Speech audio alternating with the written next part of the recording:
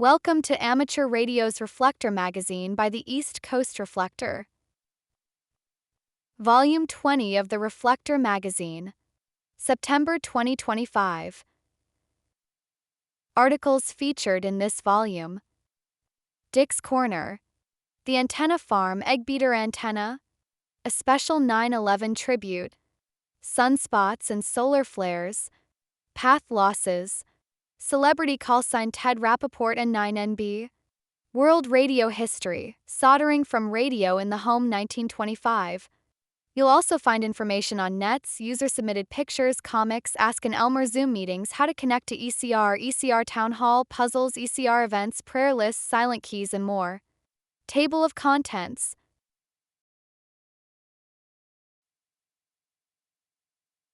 Dick's Corner by Dick, WB2JPQ.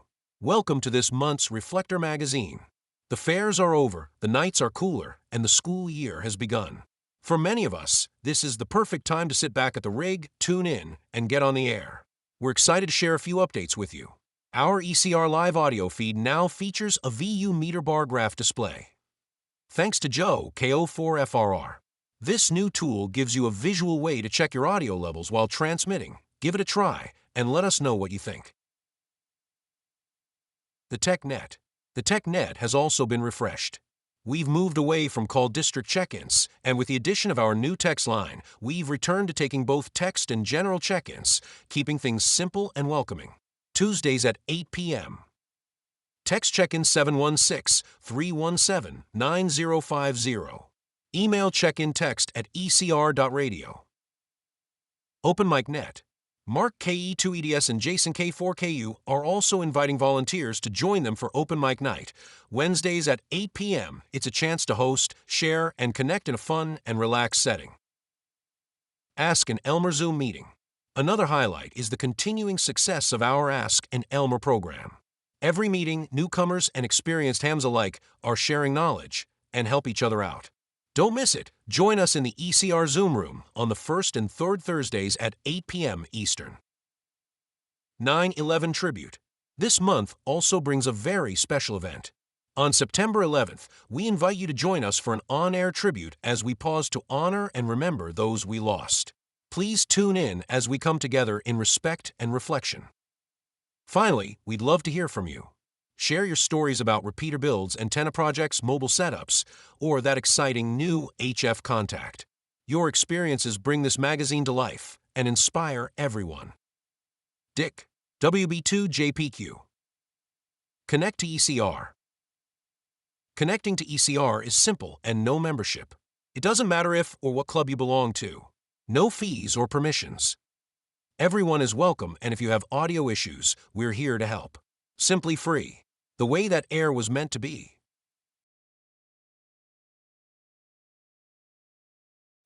The Reflector Magazine is on YouTube. The Reflector Magazine is available on YouTube. You watch along on the pages and listen to the voiceover. It's great for blind, visually impaired, people who prefer to listen to the audio, or people who need something to listen to while they mow the lawn. If you know of someone who would benefit, pass it along.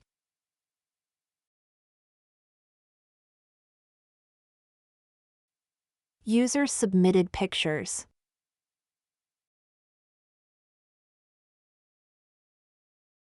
The YouthNet.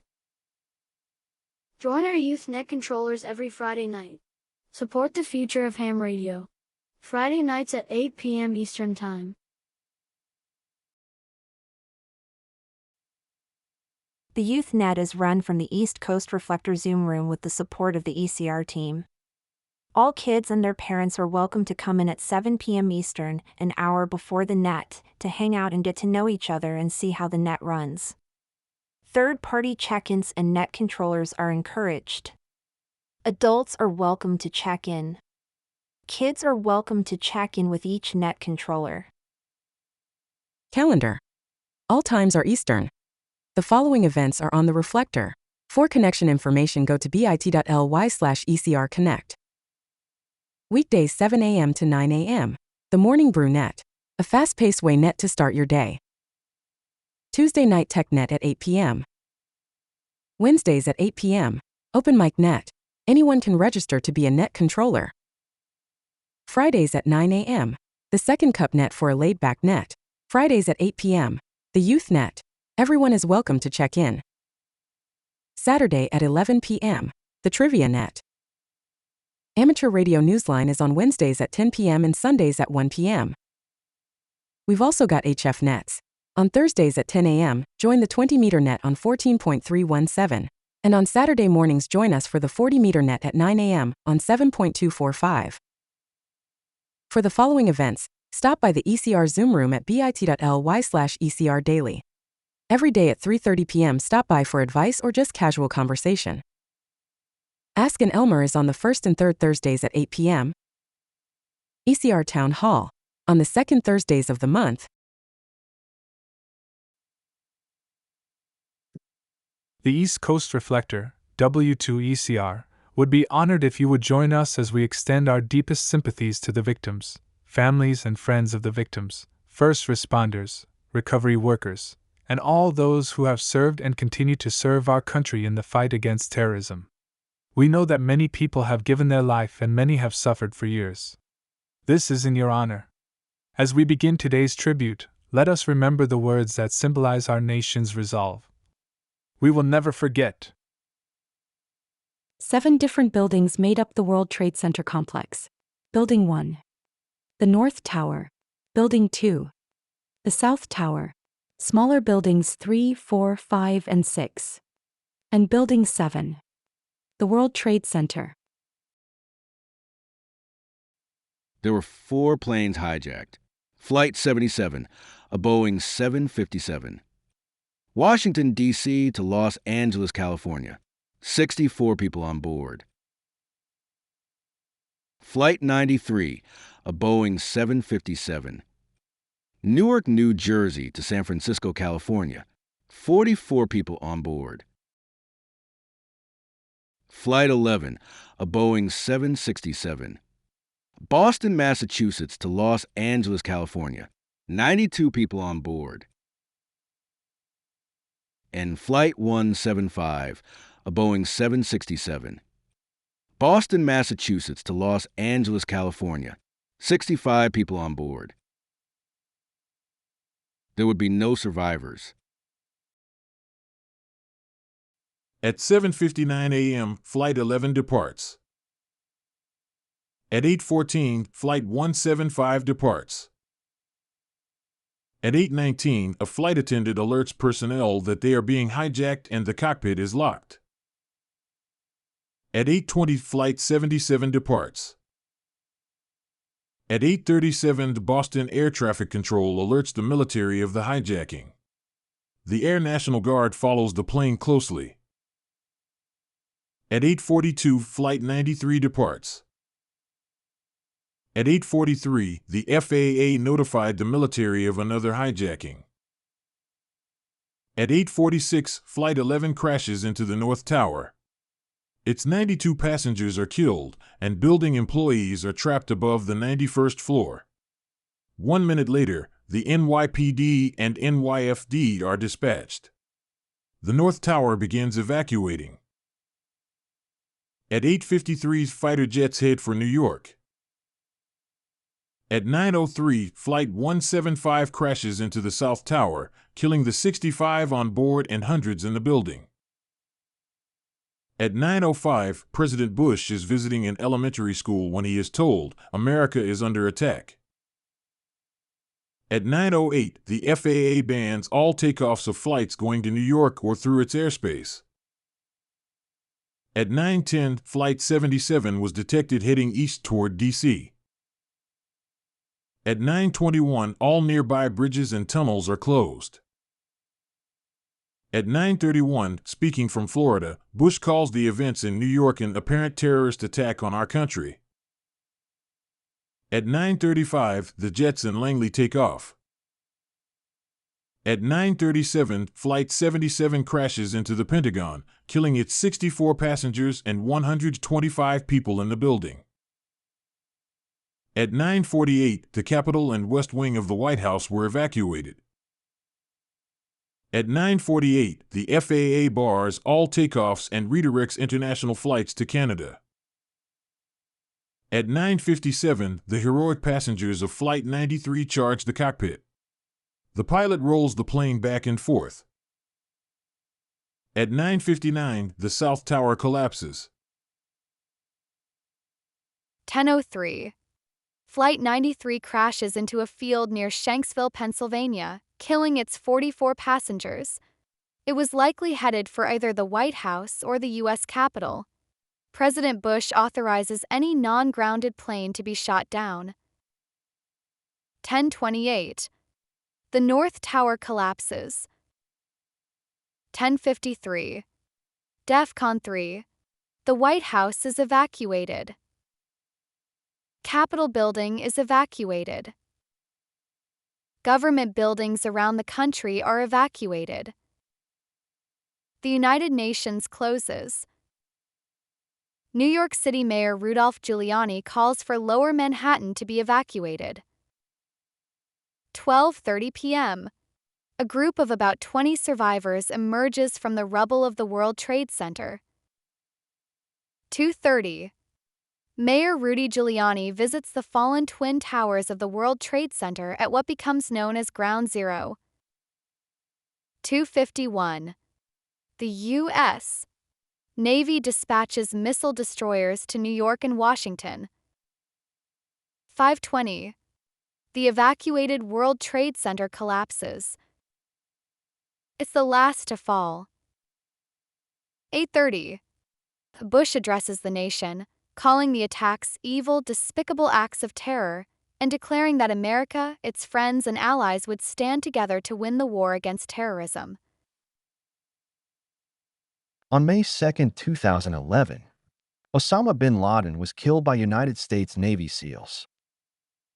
September 11, 2011, the World Trade Center Memorial opened to the public on the 10th anniversary of the attacks.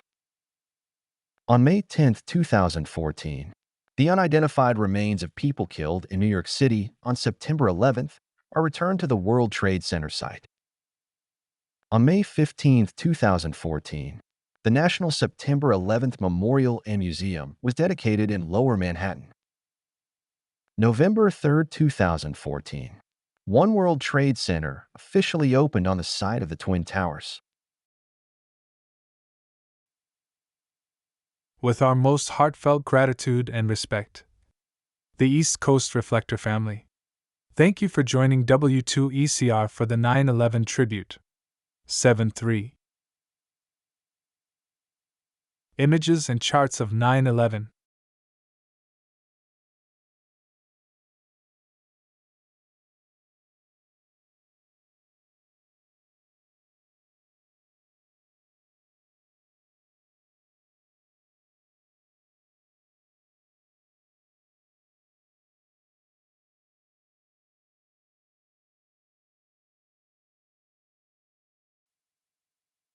Hey Texas, you now have more full-time Texas repeaters thanks to Charlie WA5AIR. They're in Woodlands, Montgomery, Porter, New Waverly, and Conroe. Etiquette reminder. When is it okay to tell a kid they're too young to be on the air? Never. It happens. If you hear it, don't tolerate it. It doesn't happen here, and we're going to keep it that way. If you ever hear anyone talking badly to any kid, let us know on the trouble line. 716-427-4142. Users submitted pictures.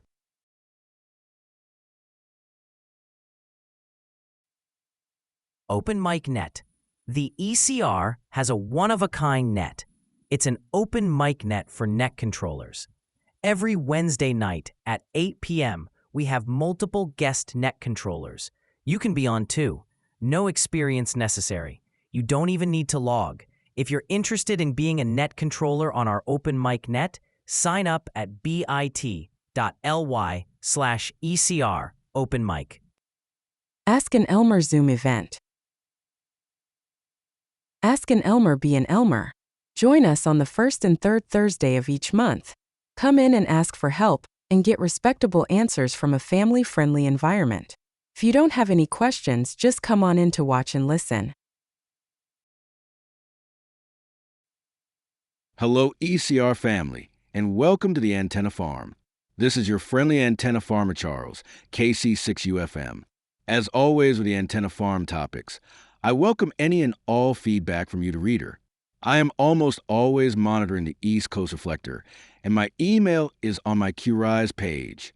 I am also on the ECR for almost every Tuesday night TechNet, so this would be a great place to ask questions too. Feel free to reach out to me with any comments or questions. But there's a new and, in my opinion, great place to ask questions about the antenna farm or antenna systems in general. Join me, along with other Elmers, in the East Coast Reflector Zoom room on the first and third Thursdays of each month at 8 p.m. Eastern for the Ask an Elmer be an Elmer event. This is a chance for all hams, especially those new to the hobby, to ask questions that may be too involved to get answers from the TechNet. I look forward to you joining us and asking your questions. Today in the Antenna Farm, we're starting a short series of articles looking at antennas for use in space communications. This rather broad topic will include satellite, ISS, and EME operations. For this first dive, we're going to look at an easy-to-build and use antenna that has more or less been relegated to use as a receive antenna for weather satellite images. What is an Eggbeater antenna? In a nutshell, an Eggbeater antenna is a simple omnidirectional unity gain antenna that offers circular polarization. Eggbeaters are characterized by simple, easy construction and installation, as well as being inexpensive to build. It should be noted that some sources claim that the Eggbeater antenna is the same as a turnstile antenna. This is not the case. The turnstile is a similar antenna, often used for similar operations, but has distinctively different characteristics. The name Eggbeater comes from the fact that the antenna looks a bit like the beaters from a mixer found in the kitchen. The image below is a typical Eggbeater antenna. Essentially, the Eggbeater consists of two loops placed at 90 degrees to each other mounted over a set of radials. In the image above, you can see a vertical post running up through the center to the point where the two loops cross at the top. This post is an insulator and provides only mechanical support for the loops.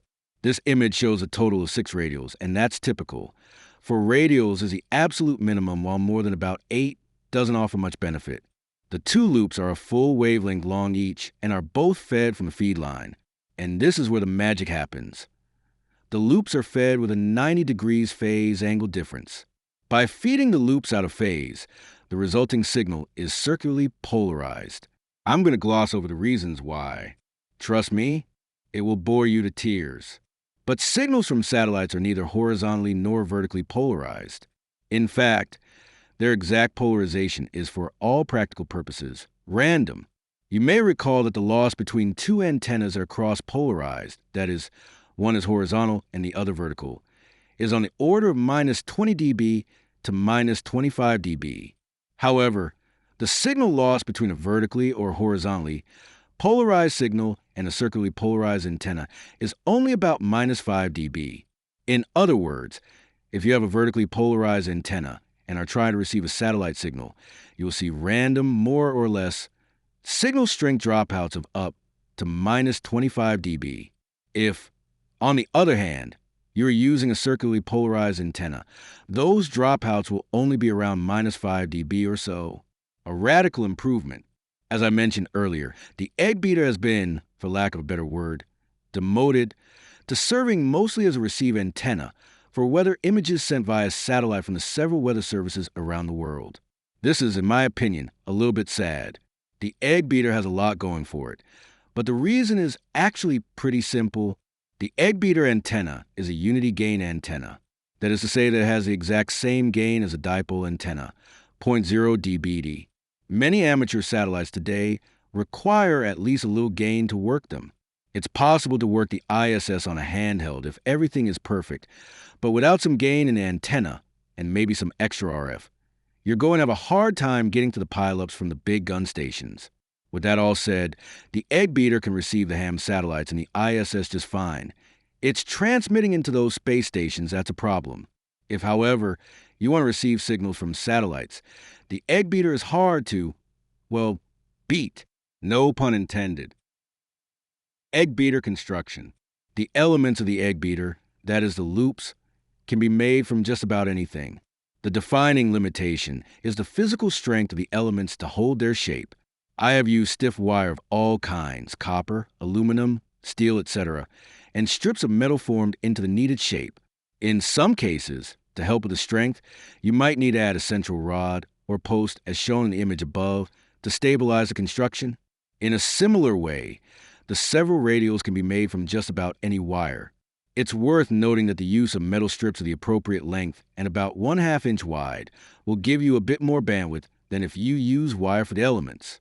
I personally find that the use of strips also is easier to work with and adds some mechanical strength to the antenna. The overall length of the element conductor, in millimeters, is given by the equation EL equals C divided by F times WVF, where EL equals element length, F equals frequency in megahertz, C equals speed of light in kilometers per second, 299,792.5, and WVF equals velocity factor of element wire. 0.95 is a good general choice. So, at 146 megahertz, the element would be EL equals 299,792.5 divided by 146 times 0.95. El igual a 1951 milímetros. The diameter of the looped element is handy for construction, and this is calculated by DIA equals EL divided by pi, where DIA equals element loop diameter, EL equals element length, pi equals 3.1416. So in our example, at 146 megahertz, the element loop diameter will be DIA equals 1951 divided by 3.1416. DIA equals 621 millimeters. You can plug in a frequency you wish to use and calculate the needed mechanical dimensions. Keep in mind, however, that as you go higher in frequency, the dimensions get smaller, but more importantly, the tolerances for making the elements also get smaller. In the 2M band, an error in measurement of 5 millimeters can safely be ignored, but in the 23 centimeters band, 1,200 megahertz, an error of just 1 millimeter is critical. Once you have your two loops built, you need to feed them. Recall that above I said that the two loops must be fed with a 90 degrees phase shift in order to get the desired circular radiation polarity. There are a number of ways to accomplish this, but the easiest is to use a 1/4 wavelength of feed line.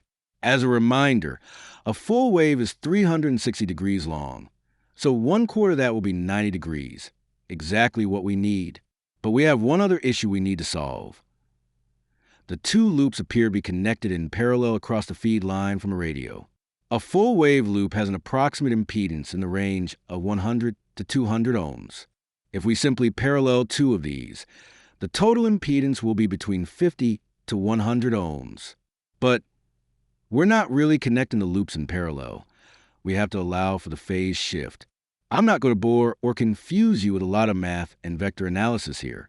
The way to make this work in a practical sense is to feed one of the loops directly from the coax in the shack and the other loop through a length of RG62 coax, 93 ohms impedance, 1/4 wave long. Trust me, this will work 100% of the time if you measure and cut precisely. The length of the RG62 phasing line is given by PL equals C divided by F times VF over 4, where PL equals phasing line length in millimeters. C equals speed of light in kilometers per second, 299,792.5. F equals frequency in megahertz. VF equals velocity factor of RG62 coax, 0.84. Using our example at 146 megahertz, the RG62 phasing line will be PL equals 299,792.5 divided by 146 times 0.84/4. PL equals 1,725 divided by 4. PL equals 431 millimeters. Again, keep in mind that as you move higher in frequency, the dimensions and their related tolerances get smaller. Below is a simplified schematic for the Eggbeater antenna. One caveat to the drawing above. It recommends using RG58 coax to the shack. Don't even think about doing that at anything above 2 meters. by some real coax. The last thing we need to look at are the radials. The job of the radials is to push the pattern of the antenna up away from the horizon a bit. As mentioned above, you should use between 4 and 8 radials. The radials can be made from just about any conductor. Wire, rods, whatever you have available. The radials should be about 1/4 the length of the elements. But the exact length isn't too critical, so long as the radials are all the same length. While not shown in the schematic above, the radials are connected to the shield of the coax feed line.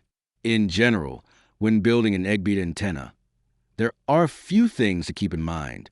The 2 loops must be kept electrically insulated from each other, except through the phasing line. This means that you will need to insulate the loops at the base and at the top point where they cross, especially if you use a vertical support rod. The 2 loops should be mounted as near to a 90 degrees angle to each other as possible. A degree or 2 off is not a big deal. 5 degrees is way too much. The radials should be placed as near to the bottom of the loops as possible. Closer is better in this case, especially at higher frequencies. In most cases, for transmitting, you will be using fairly low power, less than 100 watts. So the spacing can be as small as 3 millimeters without worrying about arcing. Since your target direction is the sky, as opposed to an antenna used for terrestrial communications where the desired radiation at the horizon, an Eggbeater can be mounted very low to the ground. In most cases, the defining factor will be having the antenna high enough that you don't walk into it at night, and your dog doesn't jump on it. Be sure to protect all connections against water. And lastly, Eggbeaters, especially those made using metal strips for the elements, have a surprisingly high wind and ice loading area. As the Eggbeater can be mounted low, this won't be a big problem in most cases. And there you have the Eggbeater antenna. Eggbeaters offer an inexpensive and easy way to get into satellite communications. No, it's not a beam, but it works and is both cheap and easy. I would suggest that if you're interested in satellite work, you give the Eggbeater a try. I think you'll like the results. And if you decide to upgrade to something with more power and higher performance, you can repurpose the Eggbeater for weather image reception. Next time on the Antenna Farm, we're going to look at handheld beam antennas for satellite and ISS work. If you know of an antenna construction article on the web, please drop me a note with the pertinent information, and I will look at it for consideration as an article for the Antenna Farm. Take care and 7-3. Charles, KC6UFM.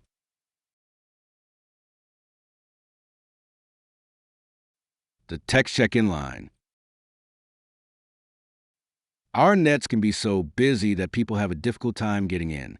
We want to help everyone get on the air. So we came up with a unique way to get more people on the air. Text your call sign to 716-317-9050. Standard messaging rates apply. You can also email your call sign to text at ecr.radio. This will get you onto the log. This is not for ins and outs. It's to help get people on the air and through the pile-ups.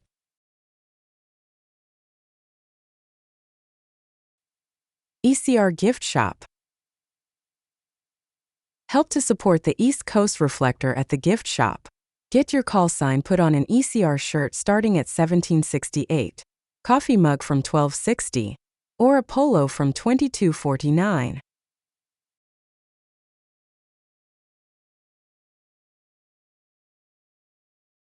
User-submitted pictures.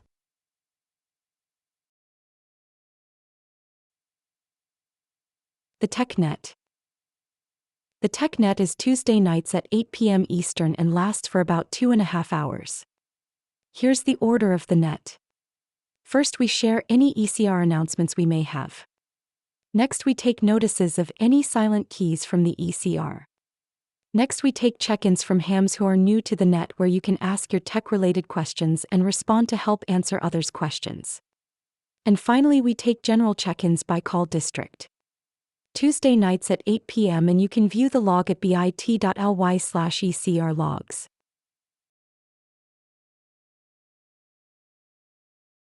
ECR Town Hall Virtual Meeting. The ECR is at it again. You matter. Stop by our ECR Ham Town Hall meeting. Hear announcements and learn about new events. Offer suggestions. Or find ways to help. We didn't get this big by thinking of ourselves. We did it by thinking of you. Stop in and help us get to know you. It's the second Thursday of each month in the ECR Zoom room. That's 8 p.m. Eastern at bit.ly/ECR daily. Sunspots and solar flares. As an amateur radio enthusiast, you know that there are a lot of factors that can affect the quality of your radio transmissions. One of the most important of these factors is the activity of the sun. Sunspots and solar flares can have a big impact on your ability to communicate over the airwaves, so it's important to understand what these phenomena are and how they can affect your radio transmissions. Sunspots are areas of the sun's surface that appear darker than the surrounding areas. They are caused by magnetic activity on the sun's surface, and they tend to occur in cycles that last around 11 years. During the peak of the sunspot cycle, there can be dozens of sunspots visible on the sun's surface at any given time. So what does this have to do with amateur radio? Well, sunspots are associated with increased solar activity, which can have both positive and negative effects on radio transmissions. On the positive side, increased solar activity can lead to better skip conditions, which allow radio waves to be bounced off the ionosphere and travel longer distances than they normally would. This can result in clearer and more reliable long-distance communications. On the negative side, increased solar activity can also lead to more interference and noise on the radio bands. This is because solar flares, which often occur in conjunction with sunspots, can release large amounts of energy and particles into space. This energy and particles can interfere with radio signals and cause disruptions in communications. Another important factor to consider when it comes to sunspots and solar flares is their effect on the Earth's atmosphere. During periods of increased solar activity, the Earth's atmosphere can become charged with particles from the sun. This can lead to a phenomenon known as ionospheric storming, which can cause disruptions in radio communications. So what can you do to mitigate the effects of sunspots and solar flares on your radio transmissions? One approach is to stay informed about current solar activity. There are several websites and apps that provide real-time information about sunspots and solar flares, including the National Oceanic and Atmospheric Administration Space Weather Prediction Center. Additionally, it's important to be aware of the frequency bands that are most affected by solar activity. Generally speaking, higher frequency bands, such as 10 meters and above, are more susceptible to interference from solar flares, while lower frequency bands, such as 80 meters and below, are less affected. By adjusting your radio equipment and operating practices to account for these factors, you can minimize the impact of sunspots and solar flares on your radio communications. In conclusion, sunspots and solar flares are important factors to consider when it comes to amateur radio. While they can have both positive and negative effects on radio transmissions, by staying informed and adjusting your equipment and practices as necessary, you can ensure that you are able to communicate effectively regardless of solar activity. So keep an eye on those sunspots and happy radioing. Audio check. There's a great audio tool on the website at eastcoastreflector.com. Now we have a second audio feed. One has a 2.5-minute delay, and the second is real-time. If you need an audio check to hear what your audio sounds like, load up Listen live on the website, pick up your radio, give your call sign, and say, "This is an audio test." No response necessary. Still stumped? Come into our Zoom room for advice at bit.ly/ECR daily. Social media. The ECR is building up its social media presence. Join our Facebook group so you can enjoy our ham radio content and stay up to date on ECR information, and so you can update us on your ham shack and ask questions. Just like on the air, we don't tolerate trolls. You're free to ask questions troll-free. We keep it an enjoyable place. Check us out also on X, Twitter, groups.io, and YouTube. We look forward to you joining us.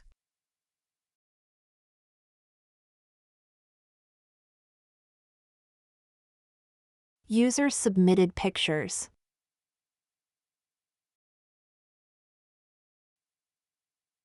Radio crossword puzzle. Click on the original PDF of the magazine to fill out the amateur radio crossword puzzle.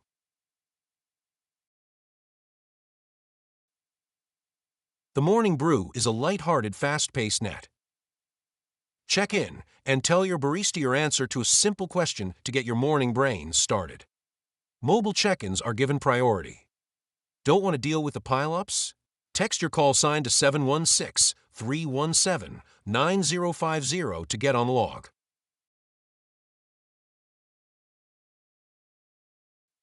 I have received many email questions such as, what range does the V5 FM mic TX give?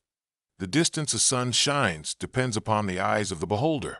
Range is the distance between TX and RX while still receiving a usable signal. At 144 MHz, a range of 1,500,000,000 meters per what is quite possible under ideal conditions. The V5 transmitter delivers 10 milliwatts plus 10 dBm and could theoretically allow a range of 10 million meters under those same ideal conditions. Practical ideal conditions include at least 25 dB of gain in the antenna system, a receiver sensitivity of 0.5 microvolts, better than -123 dBm, and no forms of unwanted attenuation in the signal path. So, let us look at a few factors that affect range. The items I will be considering here are a word about RX sensitivity, a word about antennas, a path loss problem, known factors, missing data, copying land profile info, the Earth's bulge, adding terrain data. Do we have obstructions? How thick is a radio signal? Path loss calculations, doing the sums. Conclusion. A word about RX sensitivity. Unfortunately, even your expensive Bang & Olufsen stereo FM receiver does not have a sensitivity anywhere near 0.5 microvolts, but your Yaesu NBFM ham radio set does. A National or Sony handheld is probably much more than 100 times worse than this figure. This is a power sensitivity variation of over 10,000 to 1. So range is therefore more dependent upon receiver sensitivity than transmitter power. Skip the Yagi antennas and use a bit of wire, then you are only compounding the less than ideal conditions. A sensitive domestic FM receiver sensitivity is about 50 microvolts, or about -75 dBm, and the V5 FM wireless microphone has an output power of +10 dBm. We can therefore only afford a loss of 85 dB between the receive and transmit. Antennas. Let us assume that our nice, sensitive -75 dBm receiver has just got a short telescopic antenna, 10 dB loss, and the TX has a bit of wire, no ground plane, say another 10 dB loss. We have just introduced 20 dB additional path losses, leaving a margin of only 65 dB. At 100 MHz, this would be a range of only 2,000 meters. Now insert a brick wall, a bit of ground close by, and fill it all with trees, and we are down to much less than 150 meters. If you were to hang the TX and RX high up on poles outdoors, clear of those trees, then you may achieve close to 2,000 meters.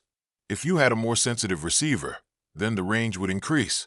But if you have a poorer receiver sensitivity, then even 150 meters is not possible. A word about antennas. If you look at your antenna specifications when you bought it from Lowe's, you will see that there is a quoted gain. If they just state XX dB, then you should ask what it means. A decibel is meaningless without a reference. Here are two commonly used reference levels for antennas. dBi decibels refer to an isotropic antenna. An isotropic antenna is a theoretical antenna having zero size and radiates equally in all directions. The signal is therefore spread out all over and not quite as strong as. dBd decibels refer to a dipole antenna. It does not radiate in two directions, therefore there is 2.4 dB more signal radiated in the other directions. There's more signal radiated from a dipole than an isotropic antenna in the correct plane. The moral of this is that if you want to sell antennas to gullible people, then quote the gain of the antenna reference to the isotropic antenna. You get 2.4 dB more gain that way. I have given you the formulas below for both dBd and dBi.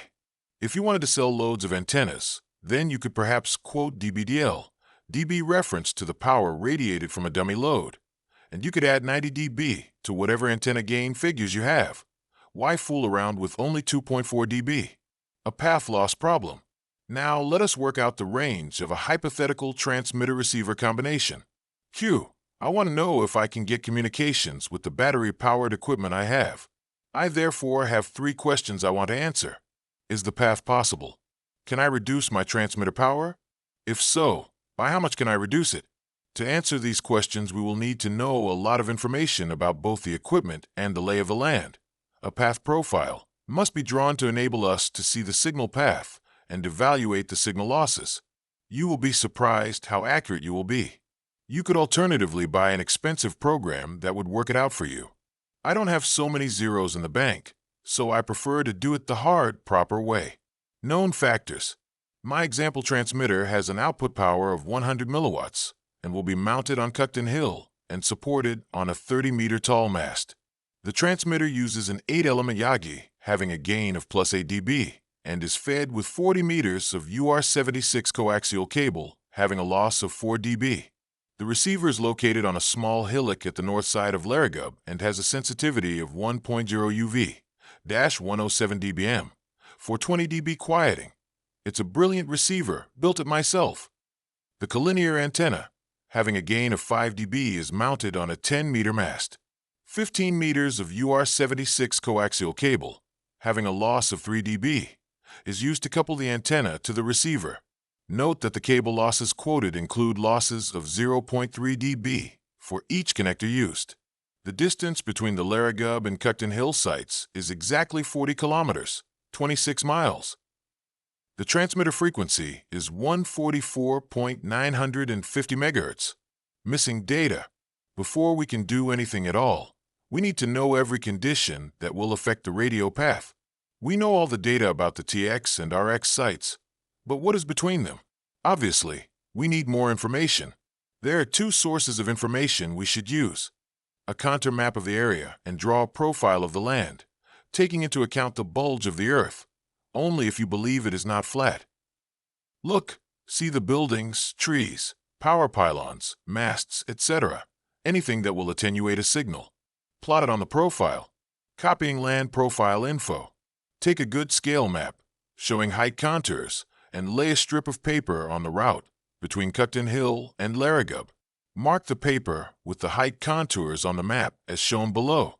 Here I have simplified the map considerably, but it shows clearly the two hills of Cuckton Hill and Larragub with Snopton somewhere in the middle. The Earth's bulge. Next, calculate the Earth's bulge at several points between the path start and end points. You only need to plot, say, 5 points since they can be used twice, once from either end of the link. The formula for the bulge is: in the first formula I have used D1 and D2 equals miles, and in the second, D1 and D2 are in kilometers. K is a constant where the actual diameter of the Earth equals 1, but this is not the case with wireless signals. The Earth is some 25% greater in diameter since the Earth also bends radio signals, effectively reducing the apparent bulge. K will normally be about 1.3 for VHF and UHF signals. Now you have made 5 calculations, you can plot 9 points on graph paper and draw the Earth's bulge. It makes no difference what the vertical and horizontal scales are. Just use anything that is convenient. I have chosen to use 1 kilometer per division on the horizontal scale and 10 m per division on the vertical scale. My scale starts at 70 meters height, adding terrain data. Now we must add the height information from the strip of the map we have marked from the map. You can lay the strip at 45 degrees so 0 kilometers on both strip and graph are in contact. Connect the 40 kilometers mark of the strip to the 40 kilometers graph using a ruler, and by keeping the ruler at the same angle you can mark all the points of the contour. The object is to get a graph like this showing a true profile of the contour of the Earth as the antennas see it. Do we have obstructions? As you can see, there is a direct path, but is it a free space path? For that we need to find out if the town of Snopton has any large buildings, as the line of sight path goes rather close to the town. Snopton is another Sleepy Hollow village where geriatrics live, and the tallest building is a 25-meter tall town hall, as are most of the other buildings to the south of the city. This has to be added to the drawing. How thick is a radio signal? Now we see that by taking into account the Earth's bulge, there is something in the way of the signal. The signal is not simply a 0-meter thick line. It does in fact have a diameter. The diameter of the thickness of the path is given by the boundary of the 0.6 first Fresnel zone. In practice, it will look like a cigar-shaped area around the signal path, but as we see, we only need to know what it looks like at 20 kilometers. As it happens, at 144.950 MHz, our 0.6 first Fresnel zone is only about 60 meters in diameter, but it is found by the formulas.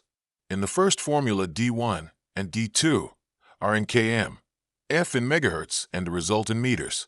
The second is in miles, megahertz, and feet. So now we have a clear profile of the ground with the Fresnel boundary.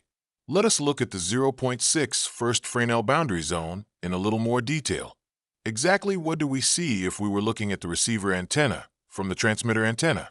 A above is the clear space area, and B is the ground and buildings area. 20x log A/A plus B is the formula to work out the loss for an obstruction. In our case, we have about 6 dB of obstruction. Path loss calculations. Now that we have worked out all the losses elsewhere, we must work out our free space path losses, which are the only unknowns left. Use the formulas, where D is in miles and F is in megahertz. Putting our 40 kilometers and 145 megahertz into the equation, we get a free space path loss of only 109 dB. Doing the sums. Now we are in a position to do our sums.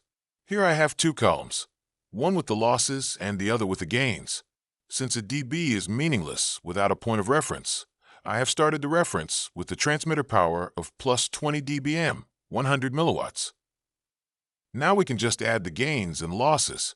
Adding these two total figures together, we get a final signal level of -89 dBm, but our receiver sensitivity is -107 dBm.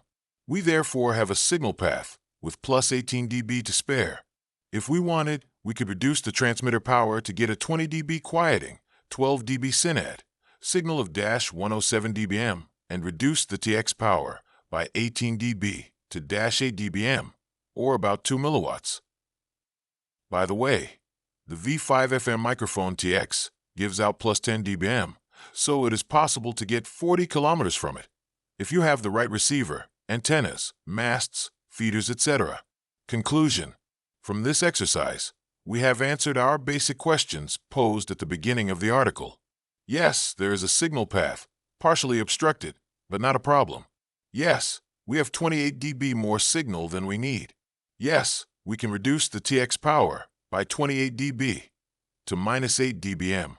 The fade margin we would need is very small, but if you were planning a 30 GHz link, then rain would attenuate the signal by typically 20 dB. Please note that I have not bothered to calculate the exact figures in the above examples, since I am trying to show you the method. Should you see any glaring mistakes, then please feel free to correct me.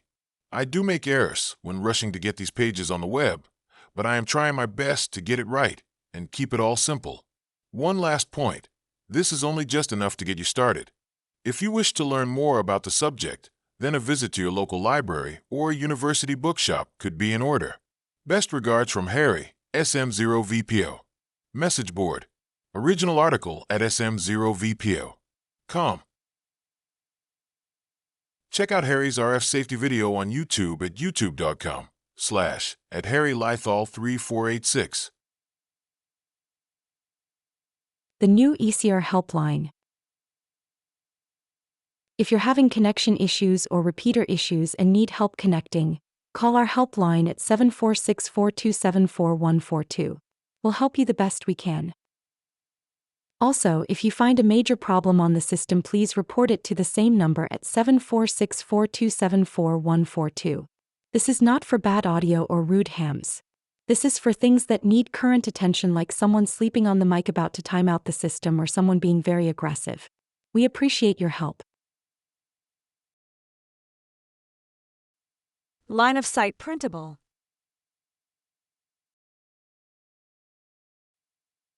Users submitted pictures.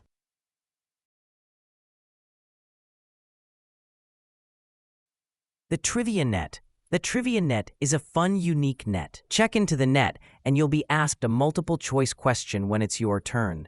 Saturday nights at 11 p.m. Eastern. Test your knowledge or maybe practice a little at a time. Try the short practice quiz from the general exam.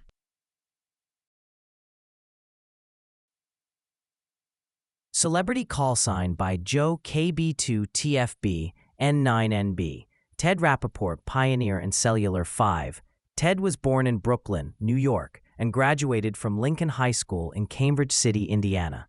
He first developed an affinity for radio at the age of 5 when he would visit his grandfather, and together they would spend hours tuning around, listening to Morse code and ship to shore on his grandfather's Philco antique shortwave radio. From those early beginnings, Ted developed a fascination for wireless and loved to experiment with antennas. At the age of 13, after he fractured his leg playing football, his grandmother gave him a shortwave radio, which helped keep him occupied while his leg was healing. He acquired his ticket and, while in high school, began teaching adults Morse code. Ted was among the first graduates of Purdue University's National Science Foundation Engineering Research Center, where he co-authored the proposal that resulted in the National Science Foundation Award presented to Purdue by President Ronald Reagan. He wrote one of the first widely used wireless communications textbooks for academia and industry, and has co-authored textbooks on simulation, smart antennas, and millimeter wave wireless communications. He is a co-inventor on more than 100 U.S. and international patents that have issued or are pending, and has advised or launched high-tech companies in the wireless communications and computing fields, and 2 university spin-off companies. This week's celebrity is N9NB, belonging to Ted Rappaport, the pioneer in cellular 5G communications. Joe KD2TFB. Connections Printable. There are many ways to connect to ECR. For a printable list, go to bit.ly/ECR Connect. There, you will find the information to connect via ADN, DMR, DV switch, Echolink, Hamshack Hotline, Hams over IP, IRLP, and Yaesu Fusion.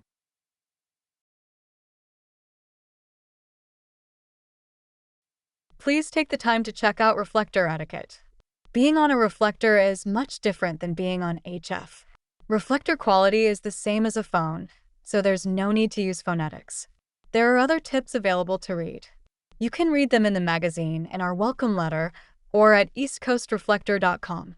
On the website, you can access the magazine, submit net questions, view the logs, and even watch the monitor to see who's talking.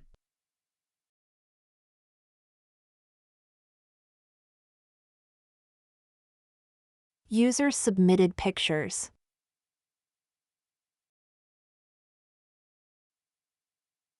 Nets. The ECR has nets for everyone, including HF nets.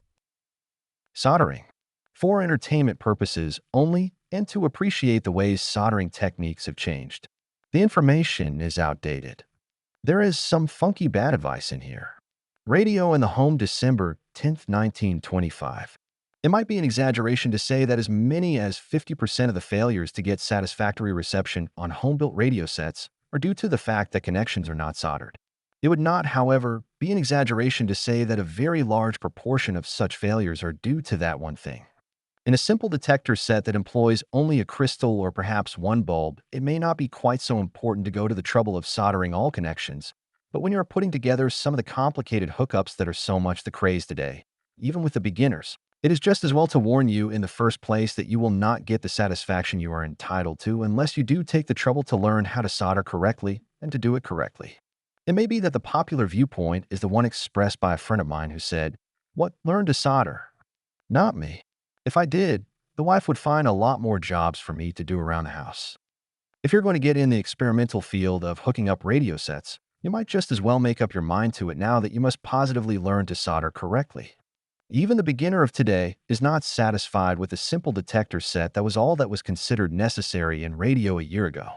The various Tyro now begins with at least 2 stages of radio frequency amplification, under the impression that it will be impossible for him to get the much-desired distant signals without it. This article is not intended to remove that fallacy from his mind, but merely to tell him what he should do in case he does believe that he must have radio frequency amplification.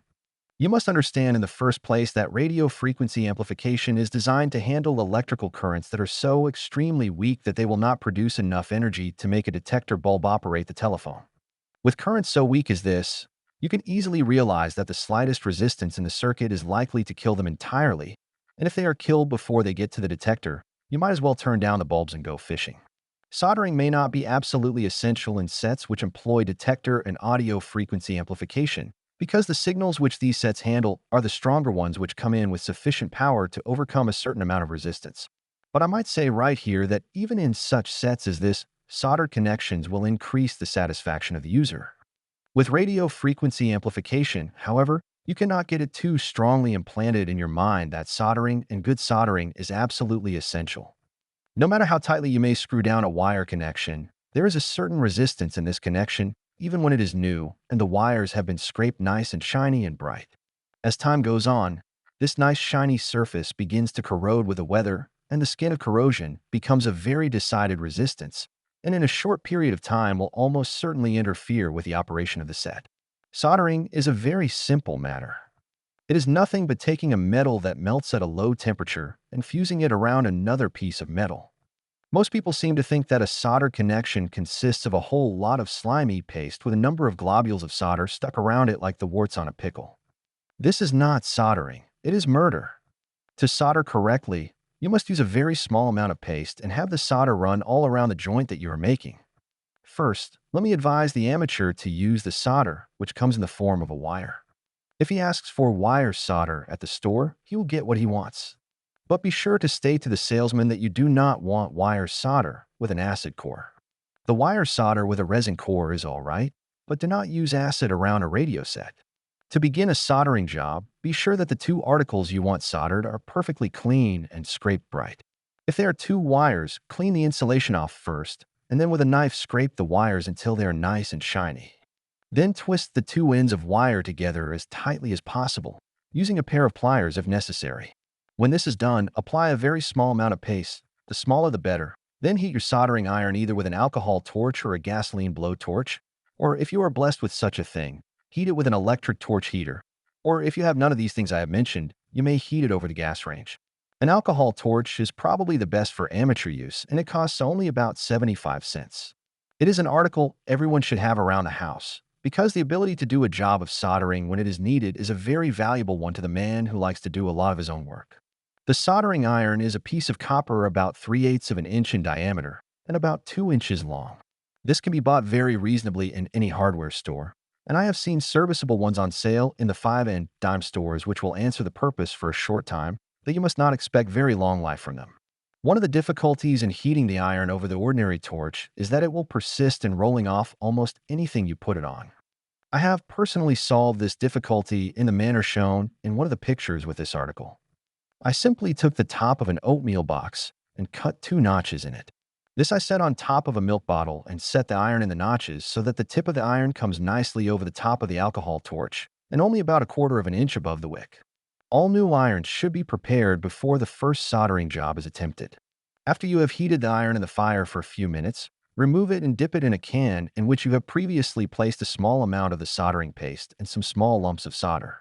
Roll the iron along in this until it takes on a shiny coating of the solder. This is what we call tinning the iron, and it is an important thing to do. Once you have the tin of the iron properly tinned, put it back over the fire and let it stay there until you see a greenish flame playing about it. Then you know that it is hot enough to use.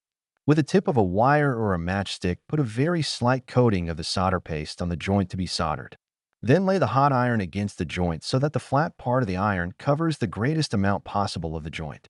Then, with the other hand holding the solder, apply just a little to the place which is to be joined. Don't move the iron about, but leave it there, and presently you will see the solder run all around the joint. If the joint happens to be a binding post or something large, you may have to heat the iron over again if the solder does not flow the first time. There isn't anything so difficult about this, and a little practice will enable you to do it every time. It really becomes fascinating to watch the solder run all around the joint, in and out of all the twists and turns of wire. You should hold your wires steady and blow on the joint until the solder has hardened, and then you have a joint as strong as is necessary for any radio work.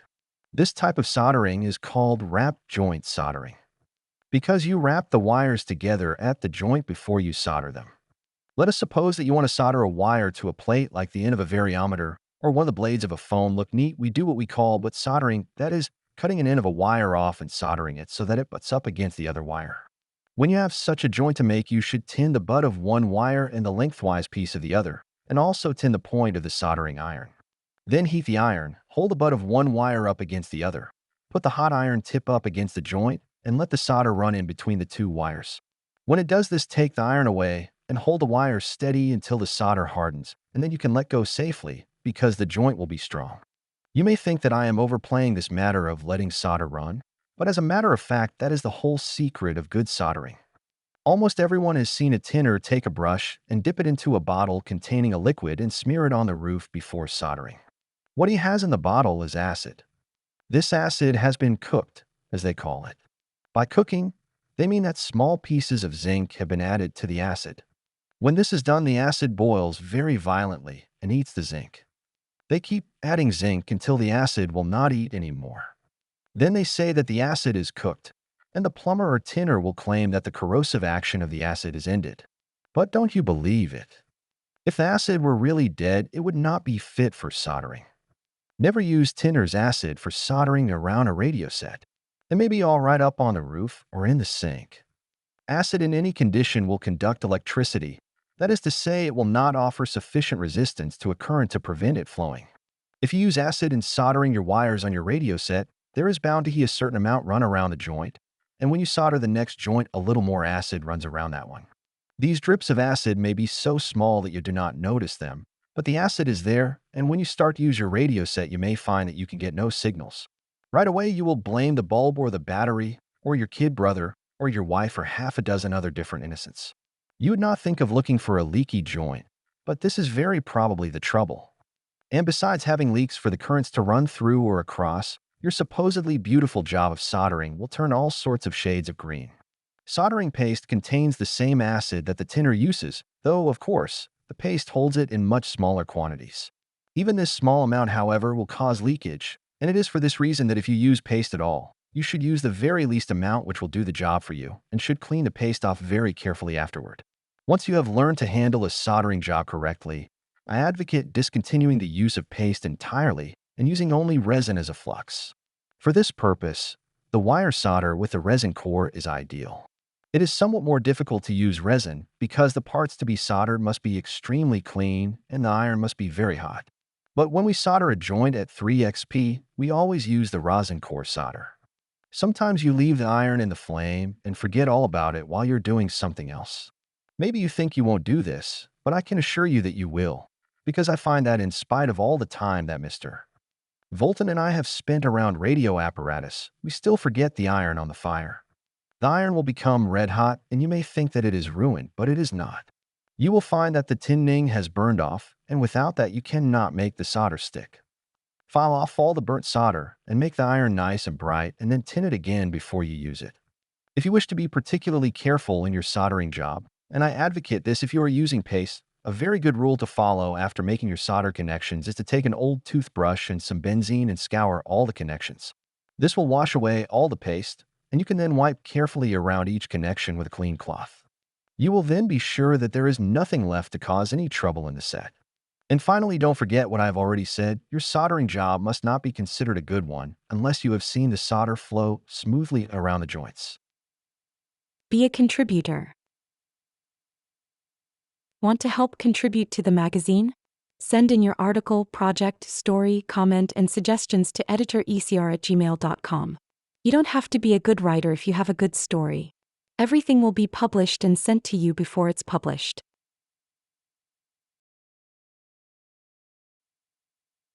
A list of useful links and our facilitators.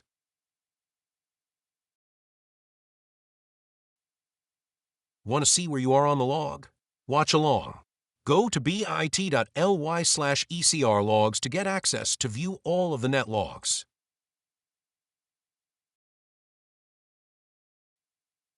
Jigsaw puzzle. Enjoy a simple little puzzle right here on your device.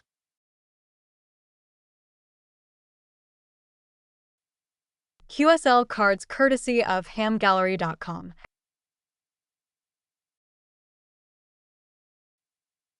You should know. The East Coast Reflector and its Reflector Magazine is all volunteer run. We charge nothing to use the system. We charge nothing to subscribe to the magazine. The system has hundreds of users connected at any given time. We incur a lot of expenses to maintain such a large system. If you use the system or enjoy the magazine, please consider helping by contributing to the system by going to eastcoastreflector.com and click on Donate. Your contribution is greatly appreciated.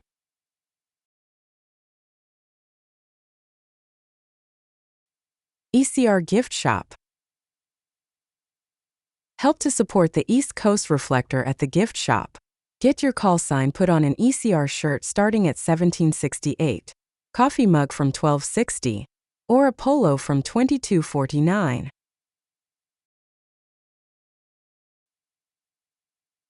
East Coast Reflector nets. We have the Morning Brew, the Tech Net, the Open Mic Net, the Youth Net, and we even have HF nets on 20 and 40 meters. ... Birthday Callsign word search. Try the birthday Callsign word search puzzle. Click on the magazine page and solve it online or to print it. If you'd like to be added to our birthday list, go to bit.ly/ECRbirthday. Net questions. Here's a list of most of our net questions. Ever wonder how your answer compares? Click the question to see the results. There's questions from the Morning Brew, the Tech Net, and the Trivia Net. Please pray for Cindy, wife of Charles, KC6UFM, KB2UDB, Mike and his wife Deborah, KC4BB, George, Billy, Broadway, Silent Keys,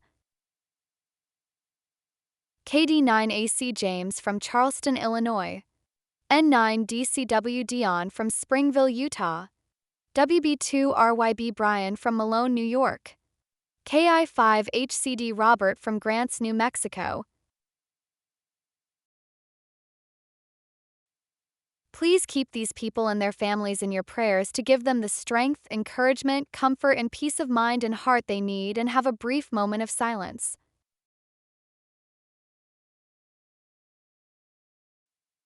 Thank you for listening to the Reflector Magazine. If you'd like to subscribe, go to bit.ly/ECR subscribe and enter your email. Disclaimer. The content, opinions, and views expressed in this magazine are those of the authors and contributors and do not necessarily reflect the opinions or views of the publisher, editorial team, or affiliated organizations, or anyone else. All articles, images, and information provided are for informational and entertainment purposes only and should not be considered as professional advice. The publisher, ECR, and its volunteers assume no responsibility for errors or omissions in the content provided. Readers are encouraged to verify all information independently. The use of trademarks, logos, and brand names does not imply endorsement. Reproduction or redistribution of any content in this magazine, in whole or in part, without prior written consent from the publisher, is strictly prohibited. For inquiries or permissions, please contact Vicky, KE8VKY at KE8VKY@gmail.com.